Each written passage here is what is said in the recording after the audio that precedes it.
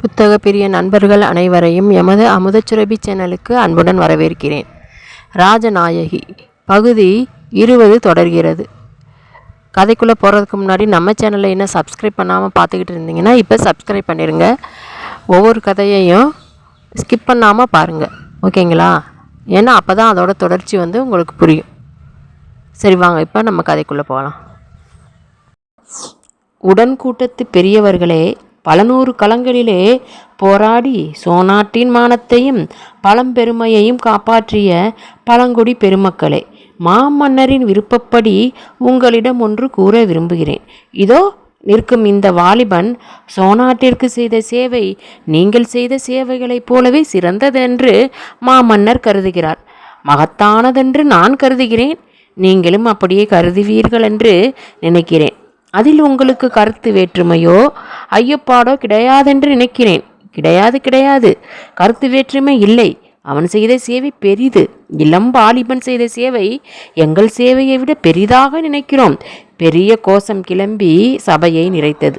மிகவும் நன்றி, தாங்கள் ஒப்புக்கொள்வீர்கள் என்பது எனக்கு தெரியும். உலக அனுபவம் அதிகமில்லாத இந்த வாலிபன் அதிக துணிச்சலுடன் அதே சமயம் சமயோசித புத்தியுடன் நடந்து கொண்டிருப்பதை மன்னர் வெகுவாக பாராட்டுகிறார். அத்துடன் இம்மாதிரி இளைஞர்களின் உற்சாகமும் துடிப்பும் தான் சோழ நாட்டிற்கு தேவை என்பதோடு நில்லாமல் அவை சோழவள நாட்டின் பெருமையை உயர்த்தும் என்று மாமன்னர் நினைக்கிறார். அதனால் திருபுவனத்து இறைவன் பெயரை கம்பகரேஸ்மரர் இயற்பெயரால் கொண்டுள்ள இந்த கம்பன் மணியன் என்ற விக்ரமசிங்கன் சோநாட்டின் உபசேனாதிபதியாக நியமிக்கப்படுகிறார். இவருடைய சேவை நம் நாட்டிற்கு சிறந்த முறையில் பயன்படும் என்ற தளராத நம்பிக்கையுடன் இப்பதவி அவருக்கு அளிக்கப்படுகிறது. இப்பொழுது சேர நாட்டிற்கு அரசியல் தூதுவராக செல்லும் பழுவூர் அரசருடன் இவரும் சேர்ந்து செல்லட்டும். வயோதிகதால் தளர்ந்துவிட்ட பழுவூர் அரசருடன் சேர நாட்டு நிலைமைகளை எளிதில் உணர்ந்து செயலாற்ற உறுதுணையாக இவரும் செல்லட்டும். பழுவூர் அரசர் எந்த சந்தர்ப்பத்தில் கலந்து கொள்ள செல்கிறாரோ அப்பொழுது கலந்து கொண்டால் போதும். அதுவரை இவர் சேர நாட்டு மக்களின் மன இயல்புகள், அரசியல் நடவடிக்கைகள் முதலியவைகளை பற்றி அறிய ஒற்றரை போல பணியாற்ற வேண்டியது எக்காரணம் கொண்டும் சோழவள நாட்டின் உபசேனாதிபதி என்பதை காண்பித்து கொள்ளவே கூடாது என்று கூறி முடித்தவர் விக்ரமன் பக்கமாக திரும்பி, இந்த பதவியை ஏற்றுக்கொள்ள தங்களுக்கு எந்த ஆட்சேபனையும் இல்லையே என்று கேட்டார். விக்ரமனுக்கு என்ன சொல்வது என்றே தெரியவில்லை. திருதிருவென சில நாளிகைகள் விழித்தான். வாயில் வார்த்தைகள் வரவே இல்லை. என்ன சொல்வது, எப்படி சொல்வது என்று புரியாமல் குழம்பி தவித்தான். மாமன்னர் அவர்களே, சாமந்த நாயக்கர் அவர்களே மற்றும் அவையை அலங்கரிக்கும் பெரியவர்களே, எனக்கு என்ன சொல்வதென்றே தெரியவில்லை. இப்பொழுது இந்திராதி தேவர்களுடன் பிரம்மன் மந்திரம் போத, ருத்திரன் நடனமாட, மாயன் வேய்ங்குழல் ஊத, வானவர் நாட்டிற்கே வாவென்றால் கூட ஐயா சென்னல் விளைவுதரும் தொல்புகழ் வாய்ந்த சோழ குலத்தின் பணியில் மாவீரர் பழுவூர் அரசருடன் செல்லும் பேற்றிற்கு இணையாகுமா இவைகள்? சோழ மண்டலத்தின் பிரதிநிதியாக செல்லும் பழுவூர் அரசன் சின்ன பழுவேட்டரையருடன் நரகத்தின் தலைவாயிலுக்கே செல்வேன். ஆனால் உங்களுடன் விண்ணவர் உலகத்திற்கு வர முடியாது என்று கூறி மறுத்து விடுவேன். தம்பி விக்ரமா, இல்லை உபசேனாதிபதியாரே, நீங்கள் என்ன வேண்டுமானாலும் கூறிக்கொள்ளுங்கள். ஆனால் உங்களை நரகத்தின் தலைவாயிலுக்கு அழைத்து செல்லும் அளவுக்கு பழுவூர் பாட்டனார் ஒன்றும் அவ்வளவு பெரிய பாவியல்ல என்று மாமன்னர் இடைமறித்து கூறியதும் சபையை கொல்லென்று நகைத்தது. இனி சபை கலையலாம். சேரநாடு செல்வதற்கு முன்பாக உபசேனாதிபதி நம்மை வந்து பார்த்துவிட்டு சென்றாலே போதும் என்று கூறியவாறே சபையை கலைத்தார் மாமன்னர். பழுவேட்டரையர் விக்ரமனை தன் இரும்பையொத்த வெற்றி திருவை அணைத்த கரங்களால் அணைத்து கொண்டே வெளியே வந்தார். அப்பொழுது எவனோ ஒருவன் வந்து, ஐயா, தங்களை குந்தவை பிராட்டியார் அழைத்து கொண்டு வரச் சொன்னார்கள் என்று கூறினான். விக்ரமன் பழுவேட்டரையரை பிறகு சந்திப்பதாக கூறி விடை பெற்றான். ஆனால் அவன் பின்னால் செல்லும் பொழுது பாதையை கூர்மையாக கவனிக்கலானான். அந்த ஒற்றையடி பாதை குந்தவை பிராட்டியாரின் மாளிகை செல்லும் வழியாக தோன்றவில்லையே. பாதை போக போக கட்டடங்களும் மாளிகைகளும் மறைந்து அடர்ந்த புதர்களும் மரங்களும் குறுகிய பாதையுமாக காட்சியளித்தது. விக்ரமன் மனதில் திகில் கவ்வியது. அந்த அறையின் விசாலமான அளவையும் அதில் அலங்கரிக்கப்பட்டிருக்கும் இரத்தின மணி ஆசனங்களையும் பார்த்தால் அது கண்டிப்பாக ஏதோ அரசியின் அந்தப்புற மாளிகையின் அறையாகவோ அல்லது தனிப்பட்ட அந்தரங்க ஆலோசனை மண்டபமாகவோ இருக்க வேண்டும் என்பதை பார்த்த உடனேயே தெரிந்து கொள்ளும்படி இருந்தது. அதில் 2 ஆசனங்களில் அமர்ந்திருப்பவர்களை பார்த்தால் அவர்கள் முகம் பலத்த சிந்தனை வயப்பட்டிருப்பதை காண முடியும். சற்றே உயர்ந்த ஆசனம் ஒன்றில் மாமன்னர் அருண்மொழிவர்மருக்காகவே தயாரித்து பச்சை பட்டு விரித்து அதில் மாணிக்க நவரத்தினம் பதித்து அலங்கரித்து வைத்திருந்தது. அருகில் இருந்த ஆசனங்கள் 2ல்தான் குந்தவை பிராட்டியாரும் செம்பியன் மாதேவியாரும் சிந்தனை வயப்பட்டு அமர்ந்திருந்தார்கள். அவர்களுக்கு சற்று தூரத்தில் ஒரு தேக்கு மரப்பீடத்தில் ஓலைச்சுவடிகள் பல இருந்தன. மாமன்னரும் வந்தியத்தேவரும் உள்ளே நுழைந்து வருவதைக் கண்ட செம்பியன் மாதேவியாரும் குந்தவை பிராட்டியாரும் எழுந்திருக்க ஆரம்பித்தார்கள். அக்கா, பாட்டி, என்ன இது? நீங்கள் கூடவா என்னை கண்டு எழுந்திருக்க வேண்டும்? அளவில்லாத துயரம் அதில் ஒலித்தது. தம்பி, என்ன இருந்தாலும் நாங்கள் உன் பதவிக்கு மதிப்பு கொடுத்துதானே ஆக வேண்டும். அக்கா, என்ன வார்த்தை கூறுகிறீர்கள்? இந்த பதவியும் பட்டமும் தாங்களும் பாட்டியும் தந்ததுதானே. அரசே, ஒன்று கூற அனுமதிக்க வேண்டுகிறேன். தாங்கள் வரும்பொழுது பாட்டியார் வேண்டுமானால் எழுந்திருக்காமல் இருக்கலாம். ஆனால் வானகப்பாடி நாட்டின் அரச பிரதிநிதி சாமந்த நாயகரின் மனைவியான குந்தவை பிராட்டியார் எப்படி தங்களை கண்டு எழுந்திருக்காமல் இருக்க முடியும்? மைத்துனரே, போதும் தங்கள் பரிகாசம். என்னை வளர்த்த கை, என்னை தூக்கி தாளாட்டிய கை, என்னை கண்டு கையெடுத்து கூப்பி வணங்க முற்படுவதா என்றவர். அக்கா, என்னை மன்னித்து விடுங்கள். தங்களை பார்த்து வெகு நாட்களாகிவிட்டன என்று கூறி காலில் விழப்போனார். தம்பி, என்ன காரியம் செய்ய துணிந்தாய்? ஆண்டவன் ஒருவனைத் தவிர வேறொருவருக்கும் வணங்காத உன் தலை தாழ்வுறவா உன்னை வளர்த்தேன். என்ன காரியம் செய்தாய்? அப்படியொன்றும் நீ என்னை பார்க்க வராமல் இருந்துவிடவில்லையே. கடந்த 10 தினங்களாகத்தான் நாம் சந்தித்து கொள்ளவில்லை. திருஞ்சத்தூருக்கும் கருவூருக்கும் சென்றுவிட்டு இப்போதுதானே வந்திருக்கிறாய். அக்கா, தாங்கள் என்னை பொய் சொல்லும்படியாக வளர்க்கவில்லை. உண்மையை சொல்லப்போனால் இந்த 10 தினங்களாக என் மனம் நிம்மதி என்பதை ஒரு துளி மருந்துக்காக கூட அனுபவிக்கவில்லை அக்கா. இப்பொழுது தங்களுடன் பேசும்பொழுது என் மனம் எவ்வளவு நிம்மதியாக இருக்கிறது தெரியுமா? அது உண்மைதான் தம்பி. மனிதன் எப்பொழுதும் சூழ்நிலைக்குத்தான் அடிமை. உன்னுடன் கூட இருப்பவர் எதை சொல்கிறார்களோ, எதை நினைக்கிறார்களோ அதைத்தான் நீயும் செய்வாய், பேசுவாய். ஏதேது தேவியார் கூறுவதை பார்த்தால் நான் தான் மாமன்னரை கெடுப்பது போலவும் அவருக்கு நிம்மதியளிக்காதது போலவும் இருக்கிறது. அரசே, இப்பொழுது விடை கொடுங்கள். நேரே கருவூர் தேவர் பெருமானிடம் சென்று தீசை பெற்றுக்கொண்டு விடுகிறேன். என்னுடைய பழைய நண்பர் ஆழ்வார்க்கடியானை போல் தேசாந்திரம் போய் விடுகிறேன். வந்தியத்தேவர், மைத்துனரே, தாங்கள் சாமந்த நாயகரின் பதவி வேண்டாம் என்றால் கூட விட்டுவிடுவேன். ஆனால் என் மைத்துனர் பதவியிலிருந்து உங்களை விலக்க சம்மதிக்கவே மாட்டேன். தம்பி, நான் வேறு ஒன்றும் தவறாக கூறவில்லை என்று அவரிடம் சொல். அவர் அரசியல் விஷயங்களை பற்றியே சொல்லுவார் என்பதற்காகவே இதை சொன்னேன். நானும் முன்னை பழம்பொருளாகி என்ற பாடலின் வழியில் வந்தவள்தான் என்பதை சொல்லு தம்பி என்றவள் அந்த பாடலை பாடினார். அக்கா, தங்கள் திருவாயால் தேவார பாடல்களை கேட்பது மனதிற்கு எவ்வளவு நிம்மதியாக இருக்கிறது என்பது தெரியுமா? அரசே, நானும் இப்பொழுது எதற்காக போகிறேன் தெரியுமா? ஆழ்வார்களின் பாசுரங்களை தேடி வரத்தான். அக்காலும் தம்பியும் எப்பொழுதும் என் முன் தேவார பாடல்களை பாடிக்கொண்டிருக்க நான் மட்டும் வாளாவிருப்பது தகாது. உங்களை ஆச்சரியப்படுத்தத்தான் பாசுரங்களை தேட புறப்படுகிறேன். மைத்துனரே, தாங்கள் அவ்வாறு கிளம்பி போகாதாக இருந்தால் நானும் அரச பதவியை துறக்க வேண்டியதுதான். தாங்கள் உதவி இல்லாமல் நான் எப்படி அரசாள முடியும்? அரசே, அப்படி சொல்லக்கூடாது. நான் யார்?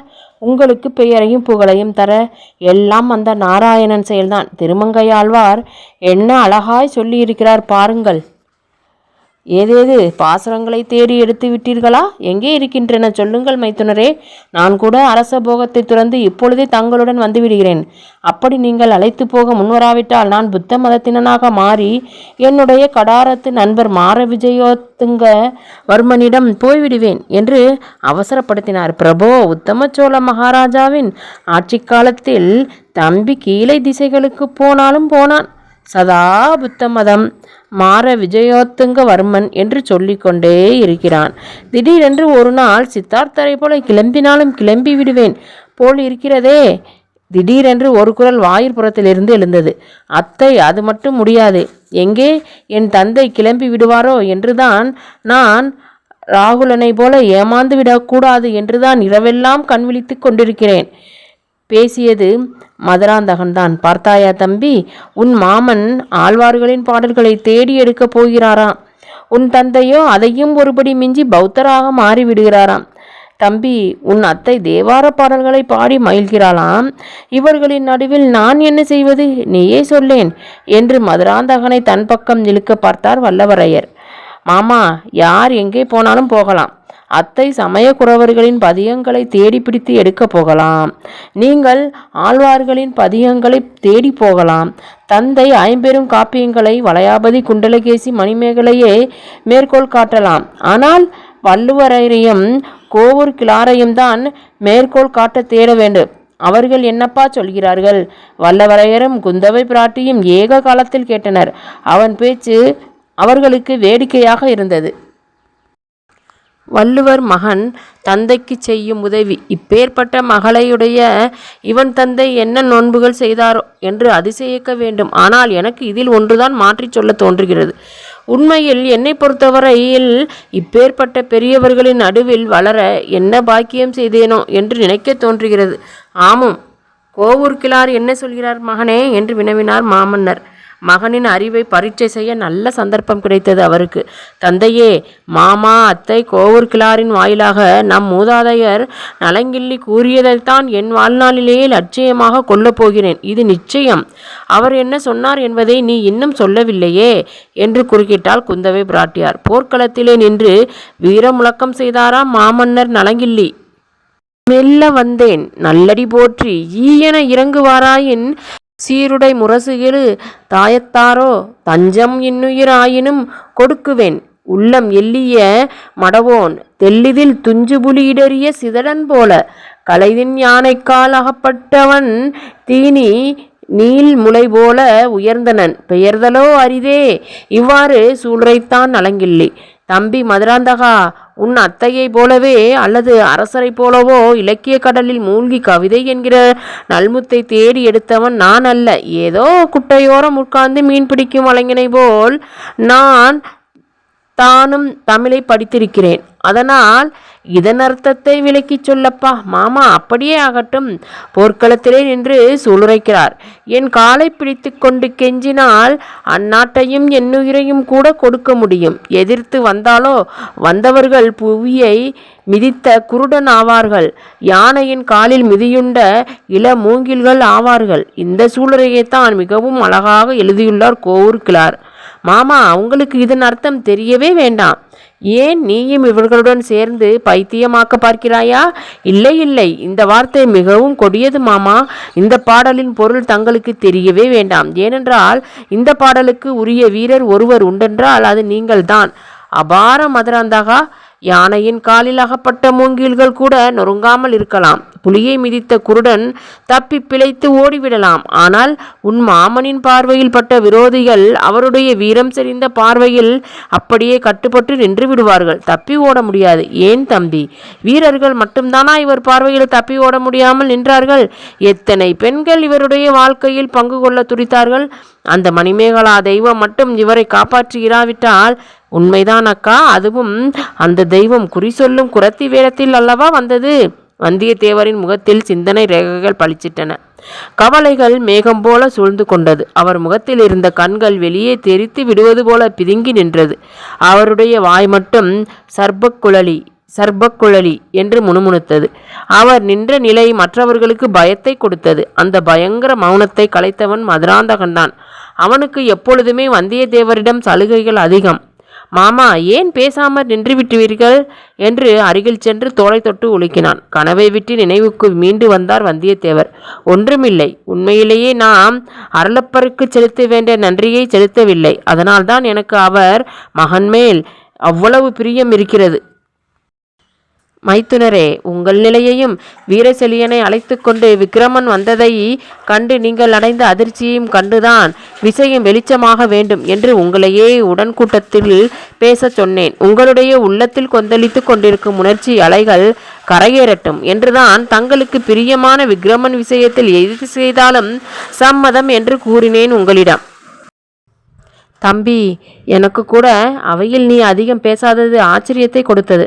மாமா, அத்தை எனக்கு புரியாத விஷயங்களை பேசுமிடத்தில் நான் எதற்காக வீணே இங்கே இருக்க வேண்டுமென்று எனக்கு தோன்றுகிறது. அப்பொழுதுதான் அவர்களுக்கு மதுராந்தகன் அங்கே நிற்பது மனதில் உறுத்தியது. தம்பி மதுராந்தகா, கருவூர் கிளாரின் பாடலை உனக்கு யார் சொல்லிக் கொடுத்தது? சமாளித்து கொண்டே மெல்லை கேட்டார் வந்தியத்தேவர். மதுராந்தகன் இடி இடியென்று சிரித்து கொண்டே, மாமா, ஏதேது கருவூர் தேவர் கோவூர் கிளார் இருவரின் பெயரையும் சேர்த்து ஒரு பெயராக கூறுகிறீர்களே? எனக்கு கோவூர் கிளாரின் பாட்டை சொல்லிக் கொடுத்தது என் குரு நாராயணன் பட்டர்தான். அவருக்கு வடமொழியில் நல்ல தேர்ச்சி என்று கேள்விப்பட்டிருக்கிறேன் என்றாள் குந்தவை. இல்லையே அத்தை, அவருடைய நெருங்கின உறவினர்தான் இப்பொழுது வள்ளிபுத்தூரில் ஆழ்வார்களின் பாசுரங்களையெல்லாம் சேகரித்து கொண்டிருக்கிறாராம். அவர் கூட இங்கு வந்திருக்கிறாராம். அவர் பெயர் என்ன? நாதமுனி அடிகள் என்பது அவர் பெயர். அவர்தான் தமிழ் செய்யுட்களை தேடி கண்டுபிடிக்கும் வேலையில் முனைந்திருக்கிறாராம். அவரை உன் ஆசிரியரிடம் சொல்லி அழைத்து வரச் சொல்லேன் என்றாள் குந்தவை. எப்படியாகிலும் தன்னை அவ்விடத்தை விட்டு அகலச் செய்ய வேண்டும் என்பதுதான் அவர்களின் விருப்பம் என்பதை மதுராந்தகன் அறிந்து கொண்டான். ஏதோ பெரிய ரகசியம் பேசப் போகிறார்கள் என்பதை அவன் உணர்ந்து கொண்டான். சரியத்தை, நான் போய் அழைத்து வருகிறேன். ஆனால் என்னுடைய கோரிக்கை என்று இழுத்தான் மதுராந்தகன். தம்பி, மதுராந்தகனுக்கு அரசியலில் ஈடுபட வேண்டுமாம்.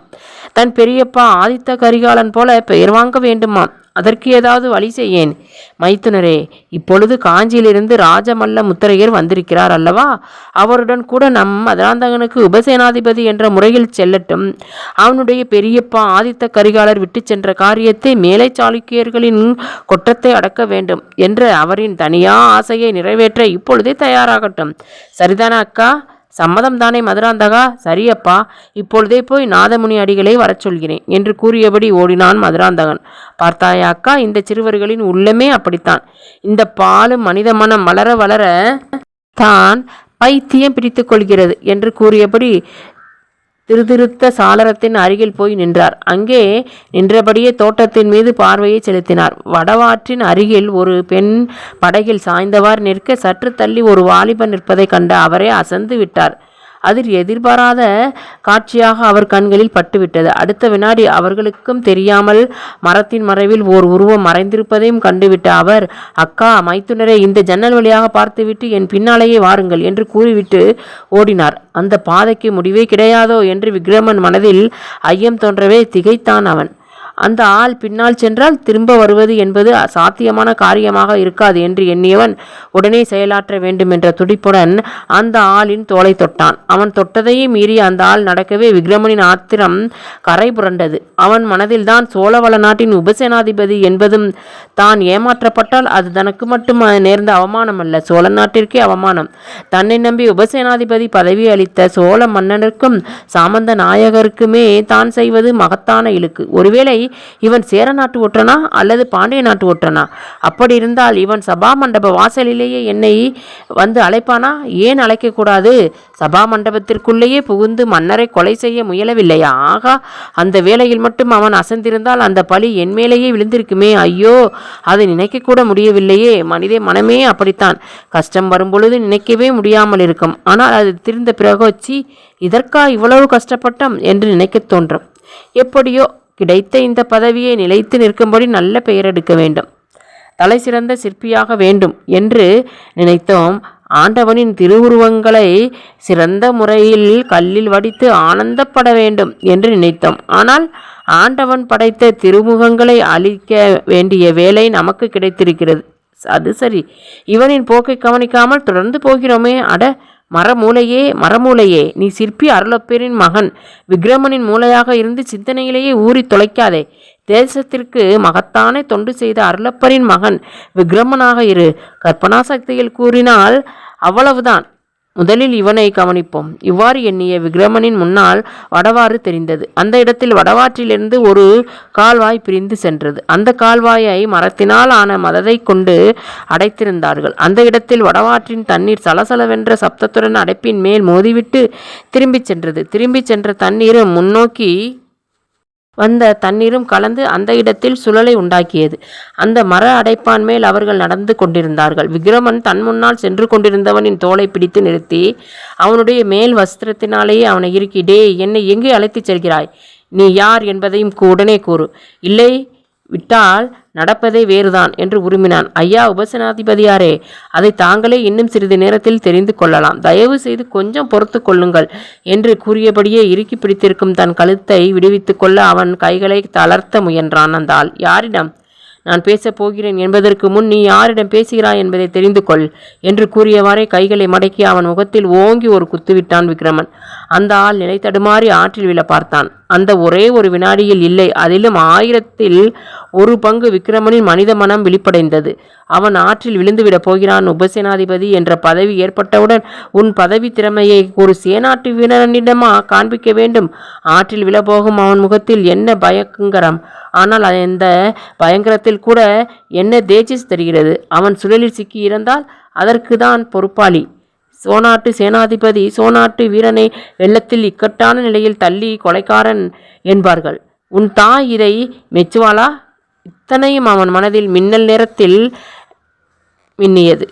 அன்னையின் நினைவு வந்தவுடன் அம்மா என்று கூறியவாறே அவனை தடுப்பதற்குள் அவன் கீழே சாய்ந்து விட்டான். அந்த நேரத்தில் விக்கிரமன் அவனை பற்றி இழுக்க அந்த ஆளும் இவன் கையை பற்ற இருவருமே சேர்ந்து ஆற்றின் சுழலில் விழுந்தார்கள். விக்கிரமனுக்கு நீந்துவதற்கு தெரியும். கொங்கு நாட்டு புறங்களில் கிணறு என்பது பெரியதாக, அதே சமயம் சிறிய குளத்தின் அளவும் அதிக ஆழமாகவும் இருக்கும். தேங்கியவாறே இருக்கும் இந்த தண்ணீரில் நீந்திய விக்கிரமனுக்கு ஓடும் நீரில் என்ன செய்வதென்றே தெரியவில்லை. அப்பொழுது எதிரில் தூர படகு வருவதை கண்ட விக்கிரமன் கூப்பிடலாமா என்று சிந்தித்தான். ஆனால் அழைப்பதற்கு வாய் எழும்பாமல் தத்தளித்தான். நல்ல வேளை, அந்த படகு இவர்களை நோக்கித்தான் வந்தது. ஆனால் ஐயோ, இதென்ன நீரோட்டத்தில் தத்தளித்து அந்த ஆளை இழுத்து போட்டுக்கொண்டு போய்கொண்டிருக்கிறார்களே என்று விக்கிரமன் தவித்தான். அப்பா, என்னாலும் நீந்த முடியவில்லையே, கை கால்கள் எல்லாம் சோர்ந்து போய்விட்டதே. இந்த உபசேனாதிபதி பதவி ஏற்பட்டவுடனே சொர்க்க பதவியும் காத்து கொண்டிருக்கிறது போலும். நானும் சோர்ந்து போய்விட்டேன், என்னாலும் இனிமேல் நீந்த முடியாது என்று கத்தி பார்த்தான். அந்த படகுக்காரன் கொஞ்ச தூரம் சென்று படகை திரும்பி கொண்டு வந்து, நீர் சேனாட்டின் உபசேனாதிபதியாக இருப்பதால் ஏற்றிக்கொள்கிறேன் என்று கூறிக்கொண்டே அவனை அதில் இழுத்து போட்டுக்கொண்டு விட்டான். விக்கிரமனுக்கு அவனை எங்கேயோ பார்த்த ஞாபகம் வந்தது. படகு வந்த பக்கமாக கொஞ்ச தூரம் சென்று திரும்பி கரை ஓரமாக சென்றது அடர்ந்த மரம். செடி கொடிகள் நடுவில் ஒரு பெண் உட்கார்ந்திருந்தாள். படகு அவள் அருகில் சென்றவுடன் நின்றுவிட்டது. அந்த கரையில் அடிக்கடி படகு நிறுத்த பழக்கமுடையவன் போல் ஒரே சேராக குழம்பி கிடந்தது. விக்கிரமனை அழைத்து வந்த ஆள் இறங்குவதற்கு அந்த பெண் ஓடி வந்து கை கொடுத்து உதவி செய்தாள். தனக்கும் அவ்வாறு உதவி செய்ய மாட்டாளா என்று எண்ணியவாறே சூழ்நிலையை மெல்ல ஆராய்ச்சி செய்து கொண்டிருந்தவன் திரும்பிய வேகத்தில் அவளை பார்த்து திகைத்தான். அவனை அப்படி அசந்து நிற்க வைத்தவள் இளவரசி சந்திரவல்லி தேவியார்தான். எதற்காக இவரை அழைத்து வந்தாய்? அந்த வெள்ளத்தோடு சென்றிருக்கட்டுமின்றி விட்டுவிடுவதுதானே என்று அந்த படகுக்காரனை கேட்டாள் சந்திரவல்லி. அதற்கு படகுக்காரன் பதிலளித்தான், நீங்கள் தானே கூறி அனுப்பினீர்கள், அவருக்கு நான் நீந்த தெரியாவிட்டால் அழைத்து கொண்டு வா என்று. இல்லாவிட்டால் இவரை அழைத்து கொண்டே வந்திருக்க மாட்டேன். இவர் எனக்கு செய்ததற்கு இவரை சுழி நிறைந்த வெள்ளத்தில் மட்டும் நீந்துவதற்கு விடக்கூடாது, முதலை கிணற்றில் போட வேண்டும். உன்னை நான் என்னப்பா செய்தேன்? இடைமறித்து கேட்டான் விக்கிரமன். அவனுக்கு நேரில் சந்திரவல்லியிடம் பேச வேண்டும் என்ற ஆசை இருந்தால் கூட சுய கௌரவம் தடை செய்தது. என்னை பார்த்த ஞாபகம் இல்லையா உங்களுக்கு? ஏன் இல்லை? கருவூர் தேவர் அவர்களின் வீட்டின் பின்னால் உன்னை பார்த்திருக்கிறேன். நீ கூட மாமன்னரிடம் மன்னிப்பு கேட்கவில்லையா? உன் பெயர் செம்பியன். வேறு எங்கேயும் என்னை பார்க்கவில்லையே, எனக்கு ஞாபகமில்லை. ஆனால் நான் எப்படி மறக்க முடியும்? அப்படியானால் சொல்லேன், நானும் தான் கேட்டுக்கொள்கிறேன். சற்று ஏளனமாகவே பதிலளித்தான் விக்கிரமன். இன்று வீரச்செழியன் என்னை குத்தி தள்ளிவிட்டு போன பின்பு கட்டி போட்டீரே, அது நான் தான் என்பதாவது ஞாபகம் இருக்கிறதா? விக்கிரமனுக்கு சந்திரவல்லியை பகைத்து கொண்டு அவன் தன்னை மட்டமாய் நினைப்பதை அவள் விரும்பவில்லை. பூர்ண சந்திரனையொத்த அவள் முகவொலியை விட தனக்காக மயங்கி விழுந்த சம்பவத்தை அவன் மறக்கவில்லை. செம்பியா, உண்மையை சொல்ல வேண்டுமானால் சோழ நாட்டிலேயே சிறந்த அழகுள்ளவர் என்று கருதப்படும் சந்திரனை போன்ற ஒளியை உடைய இளவரசியார் சந்திரவல்லி தேவியார் அங்கே இருந்திருந்தால் கூட அந்த இருட்டில் கண் திறந்திருக்காது. ஆனால் அப்படி நேர்ந்ததற்காக மிகவும் வருந்துகிறேன். பரவாயில்லை உபசேனாதிபதியாரே, எப்படி இருந்தாலும் தங்களின் கத்தி வீச்சுதான் அவனுடைய குறியை தவற வைத்து மன்னரை காக்க வைத்தது. இனி நான் தங்கள் அடிமை, நீங்கள் எங்கள் தலைவர். இதற்கு போய் வருத்தப்படாதீர்கள். சரி செம்பியா, நீ போய் தம்பியை கவனி என்று கூறினாள் சந்திரவல்லி. செம்பியன் சென்று விட்டான். இளவரசியாரே, என்மேல் கோபமா? பின் கோபமில்லாமல் கொண்டாட்டமாகவா இருக்கும்? எனக்கு பொய் சொல்பவர்களை கண்டாலே பிடிக்காது. நான் என்ன பொய் சொன்னேன்? அந்த செம்பியன் எதிரில் என்னை வர்ணிக்கலாமா? நான் என்ன அவ்வளவு அழகாகவா இருக்கிறேன்? இளவரசி, நான் சொல்லுகிறேன் என்று தாங்கள் கோபித்து கொள்ளக்கூடாது. இந்த உலகம் ஆரம்பமான நாளிலிருந்து ஒவ்வொரு பெண்ணும் ஆணை நோக்கி இந்த கேள்வியை கேட்கிறாள். பரவாயில்லை, கேட்ட கேள்விக்கு சமத்காரமாக பதிலளித்து தப்பித்துக் கொள்கிறீர்கள். இளவரசியாரே, சிற்பி எண்ணத்தை உருவகப்படுத்தி கல்லில் வடிக்கிறான், கவி எண்ணத்தை உருவகப்படுத்தி சொல்லில் வடிக்கிறான். இருவருக்கும் முதல் எது என்பது தங்களுக்கு தெரியுமா? எண்ணத்தின் உருவகம்தான். சரி சேனாதிபதியாரே, நான் கேட்டதற்கு எங்கே பதில்? என்ன கேட்டீர்கள்? எதற்காக என்னை செம்பியன் எதிரில் புகழ்ந்தீர்கள்? ஒரு செம்பியன் எதிரில் என்ன? இந்த உலகமே திரண்டு ஒரு சபையாக கூடியிருந்தாலும் கூட கவியரசின் அழகையும் கவியின் திறமையையும் வீரத்தின் விளைநிலமாக திகழும் நாட்டையும் அந்த நாட்டை ஆளும் அரசரையும் புகழ்ந்து கூறலாம். உண்மையை யார் எதிரிலையும் கூறலாம் தெரியுமா? அரசவையில் ஒரு கவி புகழ்ந்தால் கூட ஒரு பெண் தான் நாணமடைய மாட்டாள். ஆனால் தனிமையான இடத்தில் புகழுக்கு உட்பட்டால் அந்த பெண் நாணமடைவாள் என்பது தங்களுக்கு தெரியுமென நினைக்கிறேன். ஓஹோ, அப்படியா? ஏதோ சலசலக்கும் ஓசை கேட்கவே இருவரும் சுற்றுமுற்றும் பார்த்தனர். இளவரசி, ஒரு சந்தேகம். என்ன என்று கேட்பது போல் முகத்தை நிமிர்த்தினாள் சந்திரவல்லி. வேறொன்றுமில்லை. செம்பியனிடம் தம்பியை பார்த்துக்கொள் என்று கூறினீர்களே, என்னை அழைத்து வந்த ஆளை தம்பி என்று கூறினீர்களே, ஏன் என்றுதான். அவனை சேவகன் என்றா நினைத்தீர்கள்? அவன் மட்டும் நினைத்திருந்தால் இந்த நாட்டின் அரச சிம்மாசனத்தில் மாமன்னருக்கு பதிலாக அவன்தான் அமர்ந்திருக்க வேண்டும். அது யார் தெரியுமா? என்னை விட வயதில் சிறியவனாக இருப்பதால் தம்பி என்று அழைக்கிறேன். தவிர கண்டராதித்த சோழராரின் பேரன், செம்பியன் மாதேவியின் திருவயிறுதித்த உத்தம சோழ மகாராஜாவின் புத்திரரான இந்த கண்டாராதித்தர் என் சித்தப்பா, பெரிய சிவபக்தர் சிரோர்மணி. ஆமாம், பெரியவர் பொய்யர். என்ன சொன்னீர்கள்? அவள் முகம் சிவந்தது. அந்த பித்தனை சேவிக்கும் பித்தலாட்டக்காரர் என்றேன். இதில் என்ன சந்தேகம்? திகைத்து நின்றால் சந்திரவல்லி. தொடர்ந்து பேசினான் விக்ரமன். பின் என்ன குந்தவை பிராட்டியார் கூப்பிடுவதாக என்னிடம் பொய் சொல்லி அழைத்து கொண்டு வந்தாரே, தவறுதான். உபசேனாதிபதி பதவியேற்று வெளிநாடு செல்லும் ஒருவரை போய் உங்களை கல்யாணமாகாத இளவரசி சந்திரவல்லி அழைத்தார் என்று, அதுவும் பழுவேட்டரையர் முன்பு அழைத்திருக்க வேண்டும் இல்லையா? என்ன செய்வது? இதெல்லாம் இந்த இளவரசி சந்திரவல்லிக்கு தெரியாமல் போயிற்றே. குறும்பு புன்னகையுடன் ஓரக்கண்களால் விக்ரமனை பார்த்தவாறு கூறி முடித்தாள். ஓஹோ, அதனால்தான் அப்படி கூறினாரோ? நல்ல வேளை, அவரை சுழலில் தள்ளி ராஜ துரோகம் செய்ய இருந்த என்னை காப்பாற்றினீர்கள். என்னை மன்னிக்க வேண்டும் இளவரசி. உங்களை ஒன்று கேட்கிறேன், கோபிக்க மாட்டீர்களே? இளவரசி கேட்டு நான் கோபிப்பதா? வேடிக்கைதான். கொங்கு நாட்டவர்களுக்கே ரொம்ப நன்றி உணர்வு குறைவோ? இளவரசி, என்னை மன்னிக்க வேண்டும். நீங்கள் எதை குறித்து இந்த வார்த்தையை கூறுகிறீர்கள் என்பது தெரியும். என்னை கண்டவுடன் தாங்கள் அரசவையில் மயங்கி விழுந்த பொழுதே உங்களுக்கு என்மேல் எவ்வளவு அன்பு என்பதை தெரிந்து கொண்டேன். உபசேனாதிபதி பதவியை பெற்றுக்கொண்ட விஷயத்தை கூட தாங்களிடம் தெரிவிக்கவில்லை என்பதை மறைமுகமாக சுட்டி காட்டுகிறீர்கள். எல்லாம் நீங்கள் வணங்கும் சந்திர மௌரீஸ்வரரின் அருள்தான். கடைசியில் என்னையும் காப்பாற்றினீர்கள். ஐயோ, அதற்காக நீங்கள் எனக்கு நன்றி தெரிவிக்க வேண்டியதில்லை. அதற்கு பதில் ஒரு பிரதி உபகாரம் செய்ய வேண்டும். செய்வீர்களா? என்ன வேண்டுமானாலும் செய்வேன். இது சத்தியம், வேறொன்றுமில்லை. தாங்களோ நாளை சேரை நாடு செல்லப் போகிறீர்கள். எப்பொழுது வருவீர்களோ தெரியாது. இதோ இந்த ரசையை நிசும்பசூதனி ஆலயத்தின் அர்ச்சகர் எனக்கு கொடுத்தார். முதல் விஜயாலய சோழ மகாராஜா நிசும்பசூதனி அம்மன் ஆலயத்தை கட்டி முடித்து கும்பாபிஷேகம் ஆகும் வேளையில் இதை அவர் கையில் கட்டினார்கள். இதை மீண்டும் புனருத்தாரணம் செய்யும் பொழுதுதான் நீளமான இந்த ரசை நான் கோயிலில் இருப்பது அத்தை குந்தவை பிராட்டியாருக்கு தெரிய வந்தது. உடனே அதை குழந்தைகளான எங்களுக்கு ஆளுக்கு கொஞ்சமாக வெட்டி கொடுத்தார்கள். நான் அதில் சாலிகிராம படிகத்தை தங்க குமிழ் வைத்து இணைத்திருக்கிறேன். தாங்கள் அதை கட்டி கொண்டு போனால் விஜயலாயரை போல எங்கு சென்றாலும் வெற்றி கிடைக்கும். தாங்கள் இதை ஏற்றுக்கொண்டால் அதுவே பிரதி உபகாரம். இதுவே என் விருப்பம். இளவரசி, இது பிரதி உபகாரமா? விஜயாலய சோழ மகாராஜாவின் தெய்வீக ரட்சை நான் எனக்கு கிடைப்பதற்கு நான் என்ன பாக்கியம் செய்தேனோ இதற்கான பிரதிபகாரத்தை நான் செய்தே ஆக வேண்டும். சேர நாட்டிலிருந்து நான் சிறந்ததாக எதை கொண்டு வருகிறேனோ அதை தங்களுக்குத்தான் தரப்போகிறேன். என் தாய்க்கு பின் தங்களைத்தான் இப்பொழுது நினைக்கிறேன். தாய்க்கு பின் தாரம் தானே என்று சொல்வதற்கு நினைத்தாள் சந்திரவல்லி. ஆனால் அவளால் அதை சொல்ல முடியவில்லை. ஏனென்றால் அவள் பெண்.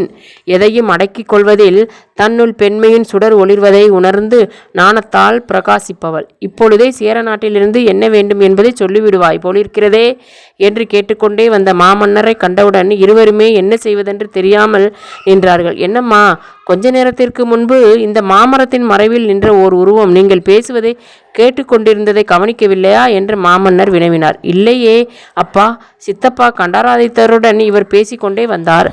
சித்தப்பா இதோ வருகிறேன் என்று போனார். இன்னும் காணவில்லை. நான் இவரிடம் சேர நாட்டிலிருந்து வரும்பொழுது சிறந்த சிவலிங்கங்கள் கலை சிற்பங்கள் இருந்தால் அதைபோல ஒளிந்த வேளையில் சிலை வடித்து கொண்டு வரச் சொன்னேன். உபசேனாதிபதி, நீங்கள் பயணத்திற்குரிய ஏற்பாடுகளை செய்ய ஆரம்பிக்கலாம். எனக்கும் சிறந்த சிற்பங்கள் வேண்டும். அவைகளை கொண்டு வர முடியாவிட்டாலும் அதன் பிரதிமங்களையாவது கொண்டு வர சொல்லவேதான் தனிமையில் சந்திக்க சொன்னேன். எனக்கும் என் மகளைப் போலவே சிலைகளின் மேலே அளவு கடந்த ஆர்வம். ஏன், அதை ஒரு பைத்தியம் என்றே குறிப்பிடலாம். என் மகளின் வேண்டுகோளை மறந்து விடாதீர்கள். நீங்கள் போகலாம். எதிர்பாராத விதமாக மாமன்னரை சந்திக்க நேர்ந்த அதிர்ச்சியிலிருந்து விடுபடாத விக்ரமன் கனவில் நடைபெறுவது போல விடைபெற்று சென்றான். அவன் சென்றவுடன், என்னம்மா சந்திரா, நாட்டு மக்களின் குறைகளை நிர்வகிக்கும் உன் தந்தைக்கா மகளின் ஆசையை அறிய முடியாது என்று சிரித்தவாறே கூறி மகளை அன்புடன் அணைத்து கொண்டார். அருகே நின்ற குந்தவை பிராட்டியின் முகம் வல்லவரையரை பார்த்து நாணத்துடன் சிவந்தது. வெட்கம், ஆனந்தம், பெருமை என்ற 3 உணர்ச்சிகளையும் தாள முடியாத சந்திரவல்லி தந்தையின் தோளில் முகம் புதைத்தாள். இத்துடன் ராஜநாயகியின் இந்த பகுதி நிறைவடைகிறது. அடுத்த பகுதியில் ராஜநாயகியை மீண்டும் காணலாம். அதுவரை நன்றி கூறி விடைபெறுகிறேன். இதுவரைக்கும் நீங்கள் சப்ஸ்கிரைப் பண்ணாமல் பார்த்துக்கிட்டு இருந்தீங்கன்னா இப்போ சப்ஸ்கிரைப் பண்ணிவிட்டு பாருங்கள். ஏன்னா இதுக்கு அடுத்த பகுதியை நான் அப்லோட் பண்ணும்போது உங்களுக்கு நோட்டிஃபிகேஷன் வரும். அதுக்காக சப்ஸ்கிரைப் பண்ணிவிட்டு பாருங்கள். ஓகேங்களா? அடுத்த பகுதியில் மீண்டும் சந்திப்போம்.